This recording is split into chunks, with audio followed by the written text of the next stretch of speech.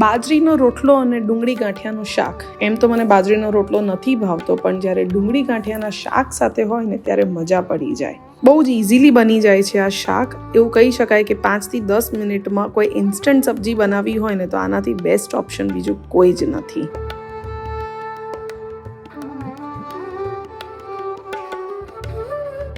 સૌથી પહેલાં એક કડાઈમાં તેલ લેવાનું છે. એની અંદર રાઈ, જીરું, હિંગ, બહુ જ બધો મીઠો લીમડો, ઝીણા સમારેલા લીલા મરચાં, આદું અને લસણ નાખીને એને સાંતળવાના છે.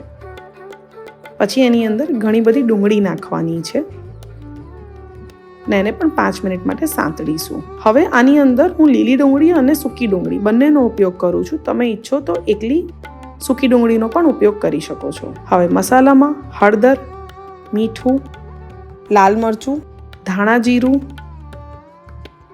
અને થોડુંક પાણી નાખીને અને બધી જ વસ્તુઓને મિક્સ કરીશું અને થોડીક વાર ડુંગળીને ચડવા દઈશું. સૌથી પહેલાં મેં જે લીલી ડુંગળી નાખી હતી ને એમાં એનો વ્હાઈટ ભાગ જે હોય ને એ નાખ્યો હતો. હવે ફાઇનલી જ્યારે સર્વ કરવાનું હોય ત્યારે ગાંઠિયા નાખવાના છે. તમને આ શાક થોડું તીખું ભાવતું હોય તો તમે ભાવનગરી ગાંઠિયા જે આવે છે એ પણ નાખી શકો છો, અથવા તો જે રતલામી ગાંઠિયા આવે છે એનો ઉપયોગ પણ કરી શકો છો. અને બસ હવે લીલી ડુંગળીનો જે ગ્રીન પાર્ટ હતો એ નાખીશું, ઘણા બધા ધાણા નાખીશું અને 5 જ મિનિટમાં ડુંગળી ગાંઠિયાનું શાક તૈયાર થઈ ગયું.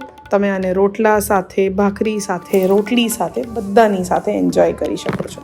અને હા, મને કમેન્ટ બોક્સમાં કહેવાનું ભૂલતા નહીં કે તમને આ શાક કેવું લાગ્યું. એન્જોય.